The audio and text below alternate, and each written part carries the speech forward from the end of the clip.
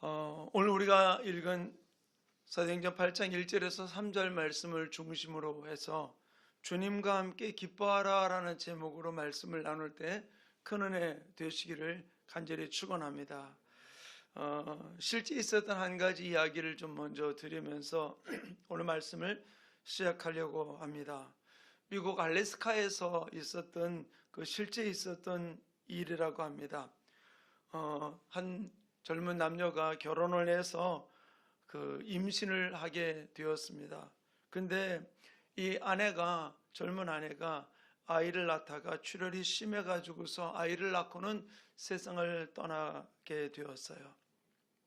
다행히 아이는 목숨을 건졌지만 그러나 이 아이를 키워줄 사람이 없는 거예요. 그래서 홀로 남은 이 남자는 아이를 애지중지 키우면서 같이 좀 도와줄 수 있는 사람을 이렇게 여러 가지 유모를 구했는데 구할 수가 없었어요. 그리고 갖가지 노력을 다 하다가 결국 그 유모를 구할 수 없는 대신에 이 남자가 선택한 것은 뭐냐면 듬직한 개를 한 마리를 선택을 하게 됐어요. 그래서 훈련이 잘 된 이 개가 아이를 키워줄 수 있으리라 생각이 돼서 그 아이를 키우고, 근데 생각보다 이 개는 참 똑똑해가지고서 이 남자가 이렇게 일하러 나갈 때 또는 잠깐 외출할 때 개가 하루에 8시간씩 이렇게 애를 돌본 게 아니라 잠깐 일보러 나갈 그 사이에 아이를 돌보는데 참 똑똑하게 잘 돌보게 되었다 그럽니다. 어느 날 남자는 이제 어떤 일 때문에 잠깐 아이를 맡기고 이제 나가게 되었는데 일이 좀 늦어져 가지고서 좀 늦게 이렇게 들어오게 되었다고 그럽니다. 근데 너무 걱정도 되고 그래서 남자가 허겁지겁 들어와 가지고서 막 아이 이름을 불렀지만 아무 대답이 없는데 주인의 목소리를 들은 개가 꼬리를 흔들면서 주인을 맞이하더라는 거예요. 그런데도 불구하고 아이 이름을 막 부르는데 가만히 보니까 개의 몸에 피가 막 묻어 있는 모습을 보게 된 거예요. 그리고 애가 있는 방을 문을 열었는데 그 방의 벽에 막 피가 묻어 있고 막 온데 난리가 나 있는 부분들이에요. 그리고 막 아이를 불렀는데 아이는 없고요. 근데 이 사람이 불현듯 생각할 때 어떤 생각이 들었냐? 이 개가 애를 물어 죽였구나. 그 생각이 확 들었으면서 너무 화가 나가지고서 총을 뽑아가지고서는 권총으로 그 개를 쏴 죽여버린 거예요. 근데 개를 쏴 죽였는데 총을 딱 쏘자마자 아이가 한 구석에서 아이가 울으면서 나오더라는 거예요. 그 아이를 보니까 아무 이상이 없더라는 거예요. 너무 놀래가지고서 쫓아나가 보니까 개를 가만히 살펴보니까 개 온몸이 흉터투성이 되더라는 거예요. 너무 놀래가지고 밖을 막 뒤지니까 밖에 늑대 한 마리가 죽어 있었다는 거죠. 결국 이 개는 그 주인의 자녀를 보호하기 위해서 혈투를 벌이면서 자기 몸이 막 찢기면서도 끝까지 아이의 생명을 하나도 다치지 않고 지키고 보호했는데 주인은 전혀 생각을 못한 거죠. 이미 개는 죽어 있었고 이 남자의 생각에는 이 개가 내 아이를 물어 죽였구나. 그런 생각에 이 개를 죽이게 된 것이죠. 아이를 지킨 듬직한 개를 그는 죽이게 된 거예요. 이것을 우리가 보면 어떤 일을 만날 때, 사건을 만날 때 똑같은 상황 속에서라도 내가 어떤 틀을 갖고 그것을 해석하느냐에 따라서 달라지게 되는 부분들이 있어요. 이걸 프레임의 법칙이라고 이야기를 하는데, 내가 잘못된 생각을 갖고 있으면은 아무리 그 상황이 좋은 상황이었음에도 불구하고 좋게 받아들이는 것이 아니라 내가 가지고 있는 사고를 가지고 모든 것을 해석하게 되는 것이죠.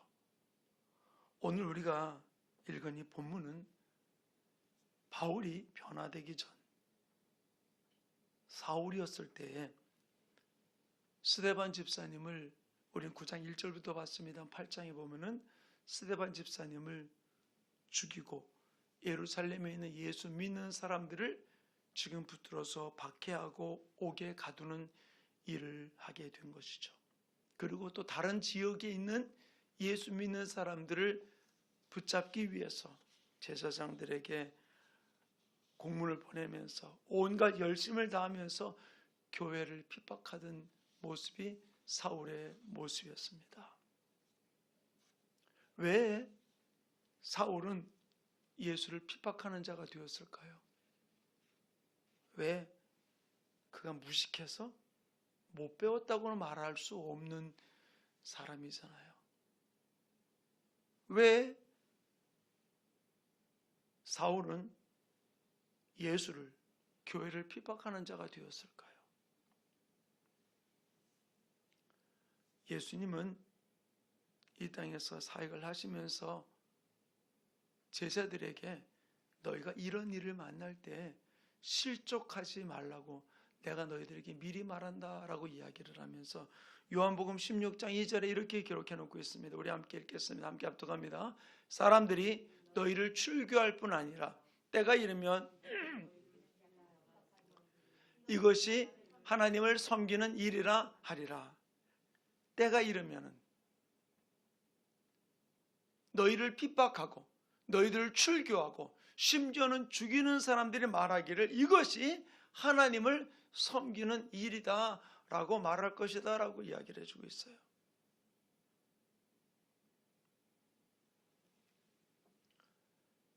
한번 이 말을 가지고 인용을 해본다면 왜 사울은 이렇게 스데반 집사님을 죽이고 예수 믿는 사람들을 옥에 가두고 핍박하고 하는 이 일이 하나님의 일이라고 생각했을까요? 왜? 단지 예수를 믿지 않았기 때문이라는 거로 우리가 생각하지 말고 사울도 하나님을 섬기고 있었어요. 하나님을 믿고 있었어요. 그는 이것이 하나님을 섬기는 일이라고 생각하면서 이 모든 일을 행했던 것이죠. 그럼에도 불구하고 이 사울은 스데반 집사님을 죽이는 일에 전혀 양심의 가책도 받지 않고 오히려 더 많은 사람들을 박해하고 옥에 가두고 핍박하는 일에 열심을 다하며 달려갔던 것이 사울의 모습이에요. 우리 주변에 열심히 교회를 다니고 신앙생활하고 열심히 예수 믿는 사람을 보면서 그들의 신앙의 모습을 보면서 저렇게 예수 믿는 거는 욕먹을 짓이라고. 왜 저렇게 예수 믿냐고. 어쩌면은 그들이 비난받는 그 모습들이 당연한 것이라고 생각하신 적은 없으셨나요? 잘못 섬기는 사람도 있었을 것입니다. 요즘 같은 코로나 바이러스로 인해서 많은 어려움을 당하고 지금 2단계에서 2.5단계에서 또 이제 3단계로 넘어가야지 될 것 같다라고 하는 일들이 지금 왕왕 나오는 그 때문에 그 매개체 중에서 여러 가지 많은 부분들이 있음에도 불구하고 교회가 있었다는 이유 때문에 교회 예배가 제한되는 일들, 결혼식장은 50명 이상 100명까지 뭐 된다라고 얘기하면서 인원 제한하면서 교회는 크든 작든 상관하지 않고 실제 요원들 20명만. 우리 교회는 그런 큰 영향이 없지만 큰 교회 같은 경우에는 많은 어려움을 겪는 부분들도 있겠죠. 그런데 그런 일들도 제한하면서 나가는 이런 상황 속에서 꼭 이런 일들 속에서라도 교회에 가서 예배를 드려야 하겠느냐, 이런 일들 속에서 모여서 기도하는 것이 옳은 것이냐, 이건 잘못된 것이 아니냐라고 이야기하면서 이야기하는 그 이야기 앞에 맞아, 꼭 저렇게 예수 믿어야 돼? 저렇게 예배해야 돼? 그 예배를 하나님이 기뻐 받으실까? 라고 이야기를 하면서 그런 부분 앞에 혹시 나도 마음을 동의하신 부분 없으셨나요?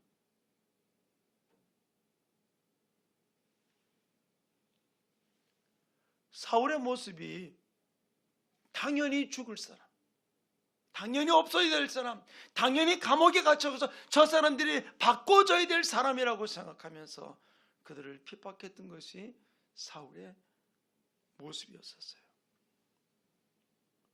성경은 이들이 이렇게 하는 모습을, 이렇게 비판하고 박해하는, 죽이는 이 모습을 이렇게 성경은 말씀해 주고 있습니다. 요한복음 16장 3절 우리 한번 같이 읽겠습니다. 시작.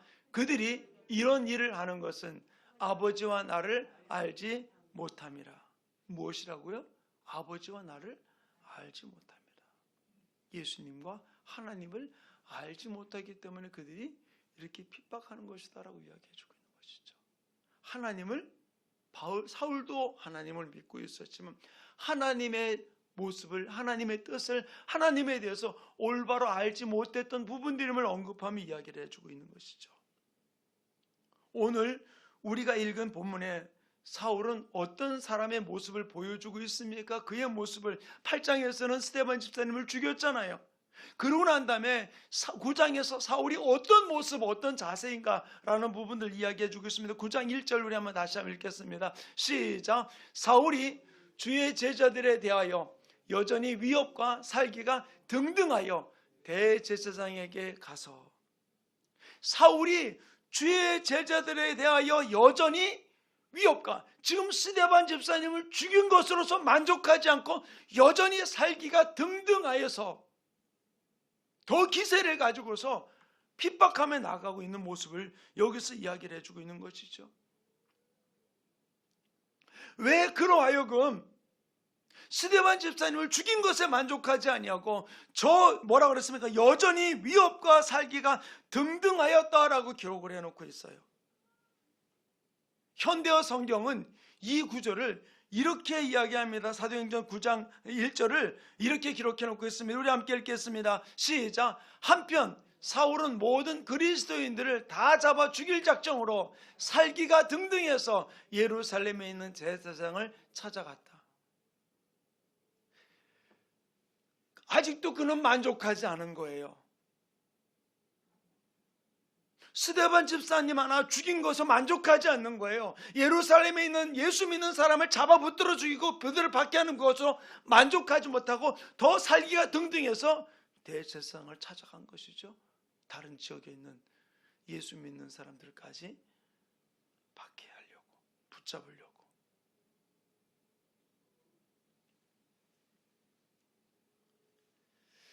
근데 이 말씀을 보면서 저는 생각하는 것이,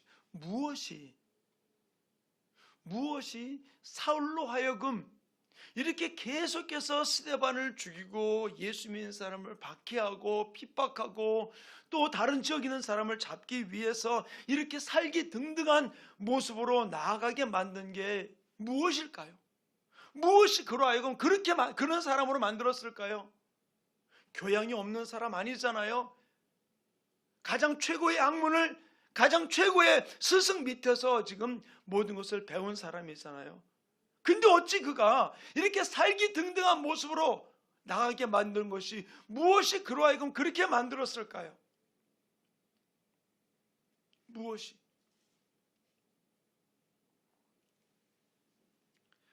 요한복음 16장 2절 다시 한번 우리 한번 볼 때 한번 다시 읽겠습니다. 16장 2절 시작. 사람들이 너희를 출교할 뿐 아니라 때가 이르면 물은 너희를 죽이는 자가 생각하기를 이것이 하나님을 섬기는 일이라 하리라. 이것이 하나님을 섬기는 일이다. 나는 지금 하나님의 일을 하고 있는 거야. 또 저 사람 하나 죽인 거로 나는 만족할 수 없어. 더 많은 사람을 붙들어야 돼 라고 한 것이 하나님의 일이라고 나갔던 것이죠. 무엇이 그러한 그렇게 했을까요? 바로 그는 가말리엘 문화에서 자랐고 바리새인 중에 바리새인이요, 히브리인 중에 히브리인이라고 본인을 이렇게 이야기해주고 있었잖아요. 그가 가지고 있던 그 바리새인, 곧 율법주의, 전통주의, 그 교육의 틀이 그로 하여금 하나님에 대해서 나와 아버지를 몰랐기 때문이라고 이야기하듯이 하나님에 대해서 잘못된 프레임, 잘못된 틀을 갖고 있다 보니까 그 틀에서 벗어나는 부분들에 대해서 그는 거부하고 거역하고 나가는 모습을 찾아볼 수 있는 것이죠. 그래서 이 사울이 한 일이 바로 무엇입니까? 그가 배웠던, 가지고 있던 그 고정관념, 그 프레임이 하나님을 거부하고 교회를 거부하고 목회자를 거부하고 하나님의 사람들을 거부하고 있잖아요. 우리들의 모습 속에서 그런 모습은 없는가요? 내가 가진 어떤 아픔 또는 상처도 되겠죠. 그런 것들, 그 프레임이, 그 고정관념이 하나님을, 교회를, 목회자를, 성도들을 거부하고 있지는 않습니까? 요즘 왜 교회를 떠나는 사람들이 많이 있을까요?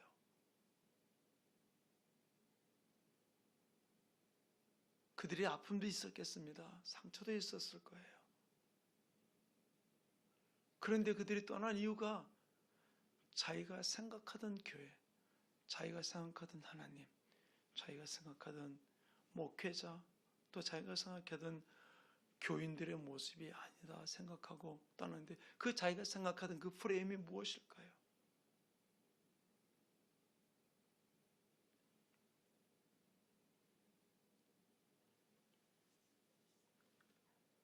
사랑하는 우리 충만교회 성도님, 우리가 이 땅을 살아가면서 저는 이 말씀을 준비하면서 우리 안에 있는, 내 안에 있는 잘못된 고정관념은 없는가? 목사님들이 그런 얘기를 많이 하세요. 12월 달이 되면은 교인들이 목사님 식사 한번 하시죠.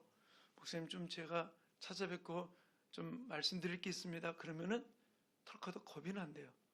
무슨 겁이 나요? 목사님 제가 올 12월 달까지만 교회를 나오겠습니다. 떠나겠습니다. 그런 이야기들 하니까 12월 달만 되면은 그렇게 찾아오는 교인들이 반갑지가 않대. 왜? 어떤 프레임이 있어요? 아, 찾아오는 거는 내가 더 봉사하겠습니다라고 찾아오는 게 아니라 떠나겠다는 등.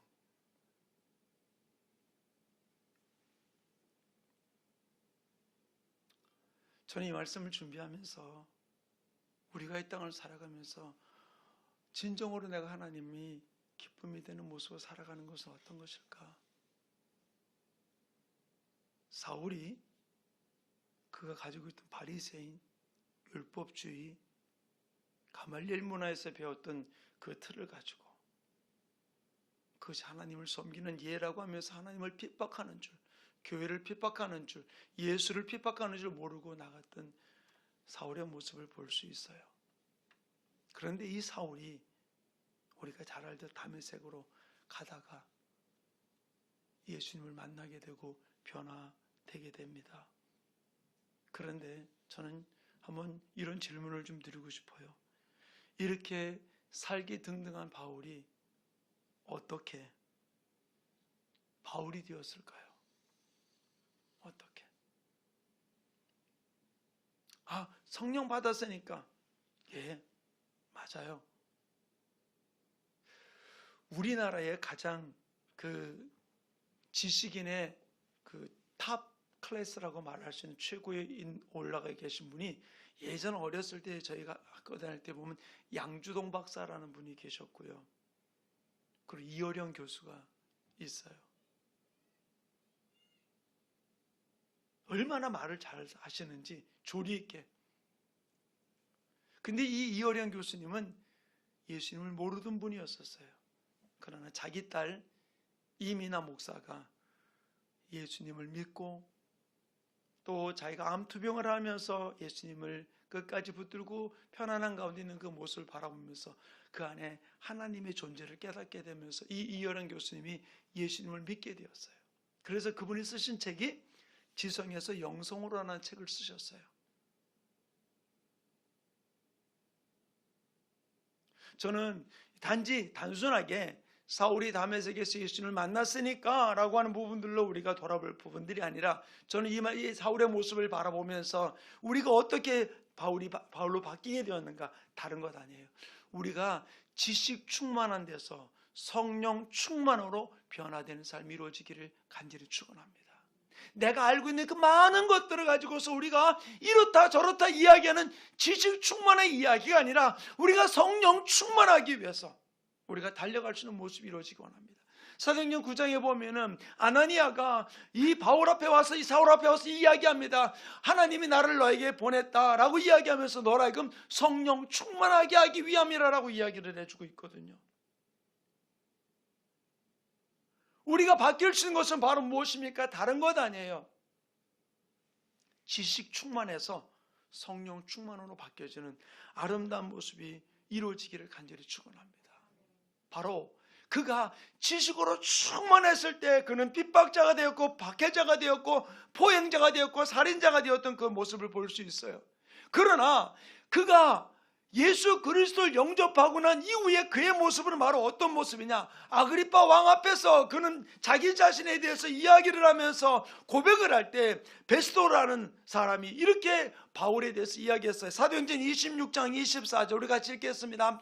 읽습니다. 바울이 이같이 변명하며 베스도가 크게 소리내어 이르되 바울아 내가 미쳤도다. 내 많은 학문이 너를 미치게 한다 하니 아멘. 자, 여기서 이 베스도는 이 바울이 어떤 과정인지 어떤 사람인지를 잘 알고 있었던 사람이에요. 근간에 일어났던 예수 그리스도에 대한 모든 사건들도 알고 있는 분이었거든요.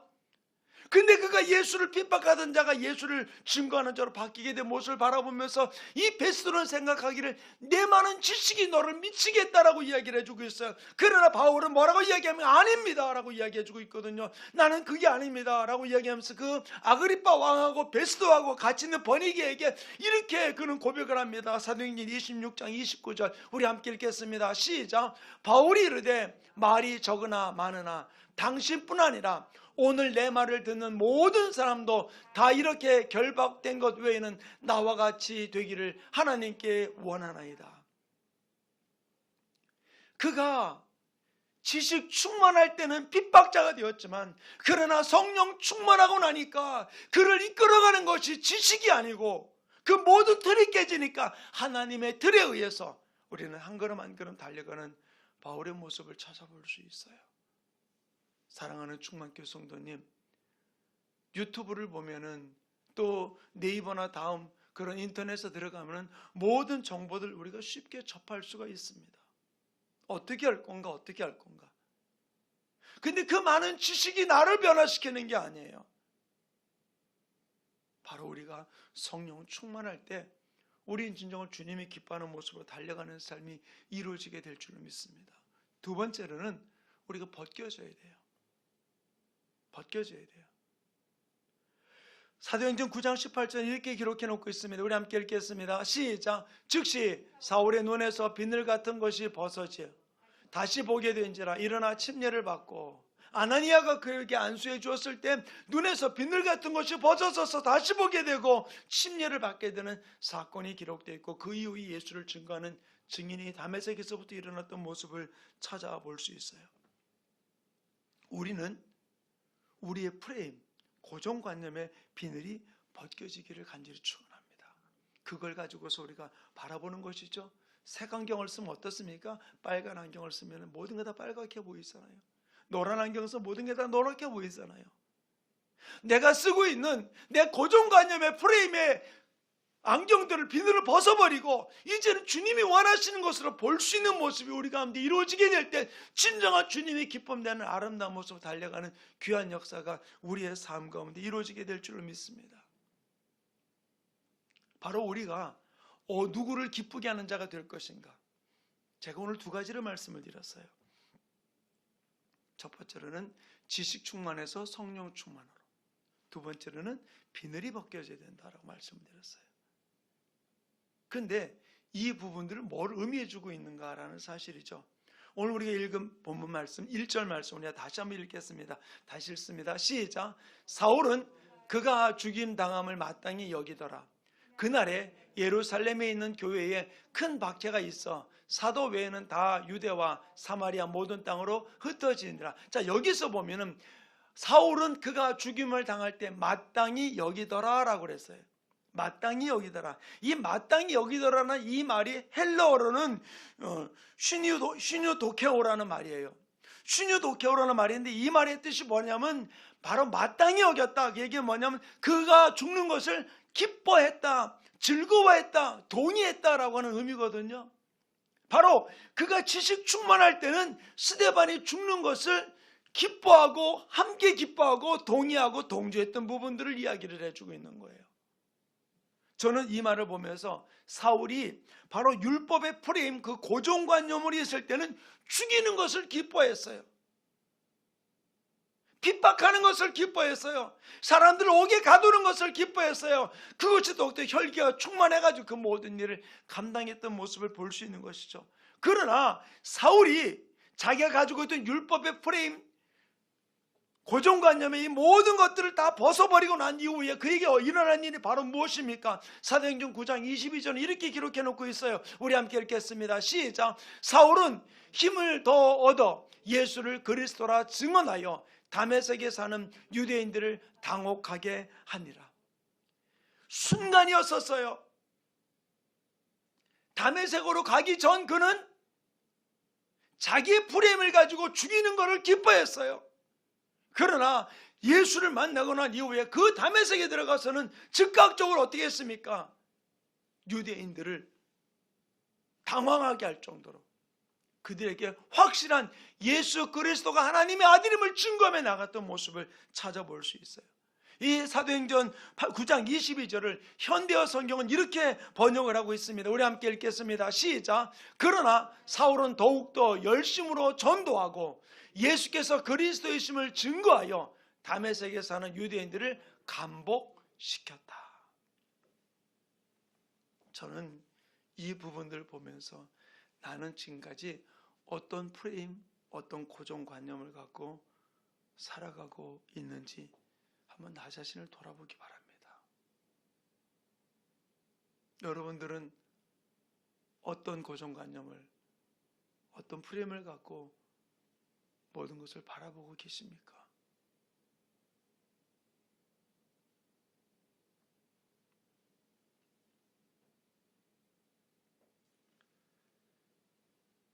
사울이었을 때 율법의 고정관념을 갖고 있던 사울은 혈기가 등등해서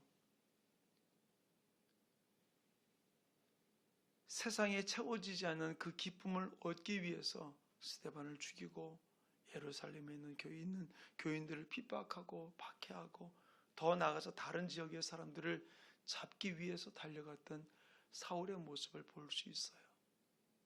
그거는 점점 채워지지 않는 기쁨이에요. 그는 만족하는 것 같지만 절대로 만족하지 못했어요.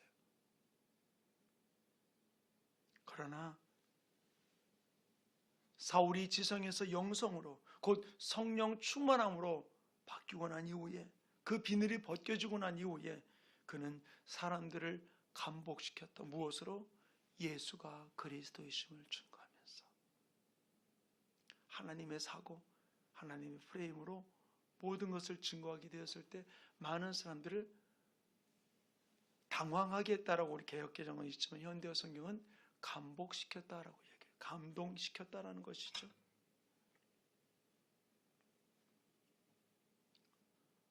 저는 이 말씀을 보면서 오늘 제목을 주님과 함께 기뻐하라 그랬어요. 바울은 무엇으로 기뻐했습니까? 그들이 죽는 일을 보면서 그는 기뻐했어요. 그러나 그가 예수 그리스도를 만나 지식 충만해서 성령 충만으로 눈의 비늘이 벗겨지면서 주님을 만나게 되었을 때 그는 이제는 내 만족을 위해서 살아가는 것이 아니라 주님의 기쁨이 되기 위해서 그는 예수가 그리스도이심을 증거하며 달려갔던 모습을 찾아볼 수 있어요.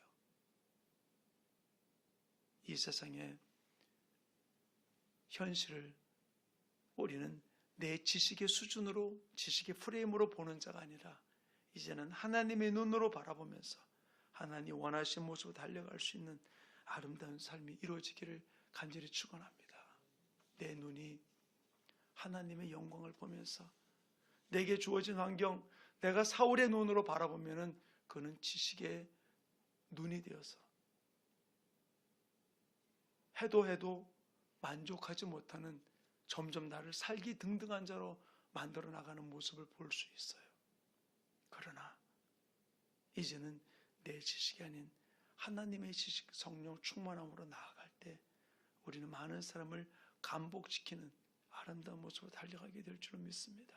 하나님, 내 환경이 지금 힘들고 어렵고 혹 답답한 일이 있다 할지라도 내 눈이 그 속에서, 그 고난 속에서, 그 어두움 속에서, 그 핍박 속에서도 주님의 영광을 볼 수 있는 내 눈이 되게 하여 주시옵소서. 우리 그런 마음을 가지고서 우리 찬양을 주님께 고백하고 우리 기도하는 시간을 갖기를 원합니다.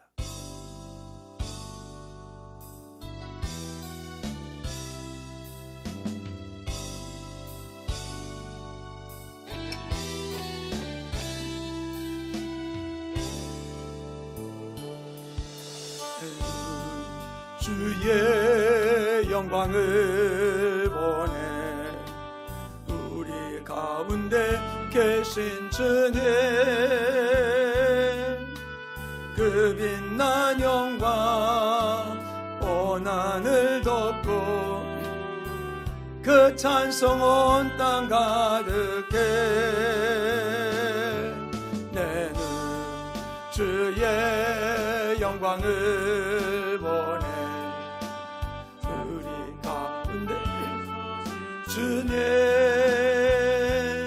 주님의 얼굴은 온 세상 향하네 권능의 발을 드셨네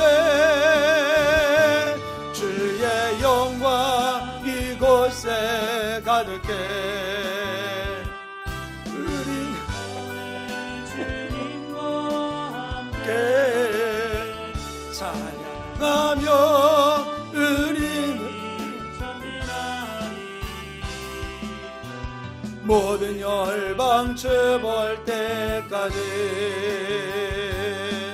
하늘 아버지 우리 새롭게 하사 열방 중에서 주를 섬기게 하소서 오늘 나라 일어나 찬송 부르며 영광의 주님을 보게 하소서 주의 영광 이곳에 가득해 우린 손에 주님과 함께 찬양하며 우리는 전진하리 모든 열방 주볼 때 우리 다시 한번 고백합니다. 내 눈 주님의 영광을 봅니다. 하나님 내가 처진 이 환경 속에서 주님의 영광을 봅니다. 주님의 임재를 봅니다. 주님의 손길을 바라봅니다. 그 빛난 영광 온 하늘 덮고 그 찬송 온 땅 가득해 내는 주의 영광을 보내 찬송 가운데 서신 주님 주님의 얼굴을 온 세상 향하네 권능의 발을 드셨네 주의 영광 이곳에 가득해 우린 손에 주님과 함께 찬양하며 우리는 전진하리 모든 열방 주볼 때까지 하늘 아버지 우리 새롭게 하사 열방 중에서 주를 섬기게 하소서 모든 나라 일어나 찬송 부르며 영광의 주님을 보게 하소서 주의 영광 이곳에 가득해 손에 주님과 함께 찬양하며 우리는 전진하리. 모든 열방 주볼 주님의 영광이 이곳에 가득합니다. 아멘. 영광 이곳에 가득해. 우린 손에 주님과 함께 찬양하며 우리는 전진하리. 모든 열방 주볼 때까지. 이 시간에 함께 기도하는 시간 갖기 원합니다. 하나님, 내 눈이 주님의 영광을 보면서 주님을 바라며 달려갈 수 있도록 나의 삶을 붙들어 달라고. 아버지, 어떤 내 눈에 모든 비늘들이 벗겨지고 잘못된 세상의 프레임들이, 고정관념들이 벗겨지면서 주님의 눈으로 모든 걸 바라보면서 아름다운 예수의 증인의 삶을 감당할 수 있도록 아버지 나를 붙들어 달라고. 우리 주 3차 어떻게 동성으로 기도합니다. 주여, 주여, 주여. 할렐루야. 아버지 온전히 붙들어 주시고 주장해 주시고 역사해 주셔서 아버지 영광과 달려가는 귀한 삶이 이루어질 수 있도록 능력의 장기 온전히 붙들어 주시고 기름 부어주시고 역사해 주셔서 아버지 원하시는 생애 속에 달려가는 귀한 삶이 이루어질 수 있도록 성령 하나님이 온전히 붙들어 주시고 역사해 주셔서